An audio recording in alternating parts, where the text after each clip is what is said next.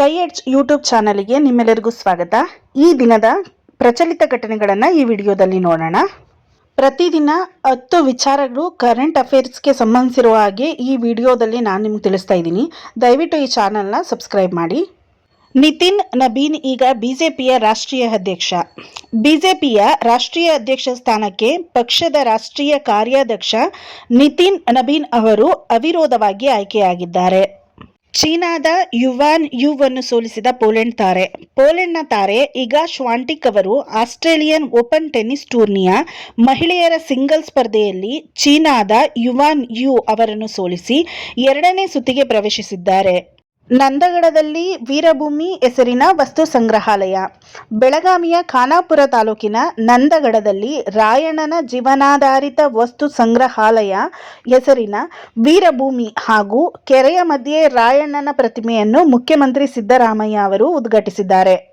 Gaza ಶಾಂತಿ ಮಂಡಳಿ ಸೇರಲು ರಷ್ಯಾಕ್ಕೆ ಆಹ್ವಾನ ನೀಡಿದ ಅಮೆರಿಕ. ಹಮಾಸ್ ಬಂಡುಕೋರರು ಮತ್ತು ಇಸ್ರೇಲ್ ಮಧ್ಯದ ಯುದ್ಧ ಅಂತ್ಯಗೊಳಿಸುವ ನಿಟ್ಟಿನಲ್ಲಿ ಅಮೆರಿಕದ ಪ್ರಸ್ತಾವಿತ ಕದನ ವಿರಾಮ ಒಪ್ಪಂದದ 2ನೇ ಹಂತದ ಅನ್ವಯ ರೂಪಿಸಲಾಗಿರುವಂತಹ ಗಾಜಾ ಶಾಂತಿ ಮಂಡಳಿ ಸೇರಲು ರಷ್ಯಾಕ್ಕೆ ಅಮೆರಿಕ ಆಮಂತ್ರಣ ನೀಡಿದೆ.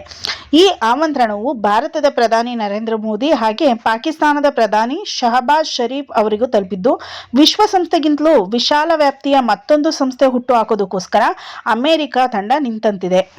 ಲಡಾಖ್ನ ಲೇಹ್ನಲ್ಲಿ ಆರಂಭವಾದಂತಹ ಖೇಲೋ ಇಂಡಿಯಾ 1000ಕ್ಕೂ ಅಧಿಕ ಕ್ರೀಡಾಪಟುಗಳು ಆಟಕ್ಕಿಳಿಯುವಂತಹ 2026ರ ಖೇಲೋ ಇಂಡಿಯಾ ಚಳಿಗಾಲದ ಕ್ರೀಡಾಕೂಟವು ಲಡಾಖ್ನ ನವಾಂಗ್ ದೋರ್ಜನ್ ಸ್ಟೋಬಾನ್ NDS ಕ್ರೀಡಾಂಗಣದಲ್ಲಿ ಆರಂಭವಾಗಲಿದೆ.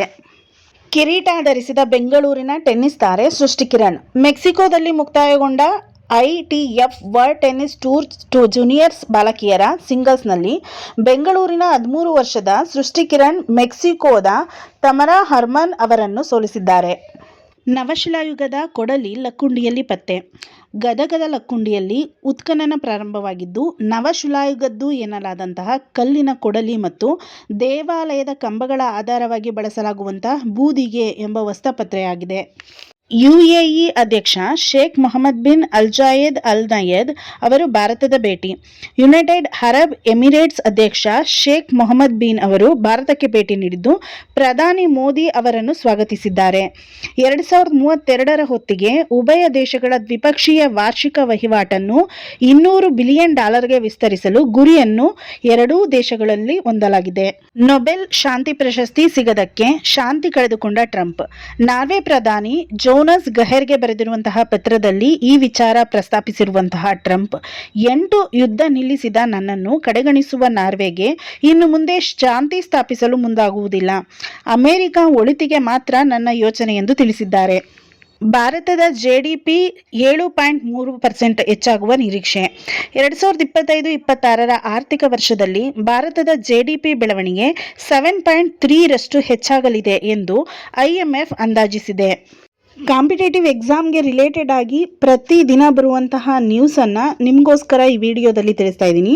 ದಯವಿಟ್ಟು ಈ ಚಾನಲ್ನ ಲೈಕ್, ಶೇರ್, ಸಬ್ಸ್ಕ್ರೈಬ್ ಮಾಡೋದ್ರ ಮೂಲಕ ಸಪೋರ್ಟ್ ಮಾಡಿ. ನಿಮ್ಮ ಫ್ರೆಂಡ್ ಸರ್ಕಲ್ಗೆ ಈ ಚಾನಲ್ನ ರೆಫರ್ ಮಾಡಿ. Thank you.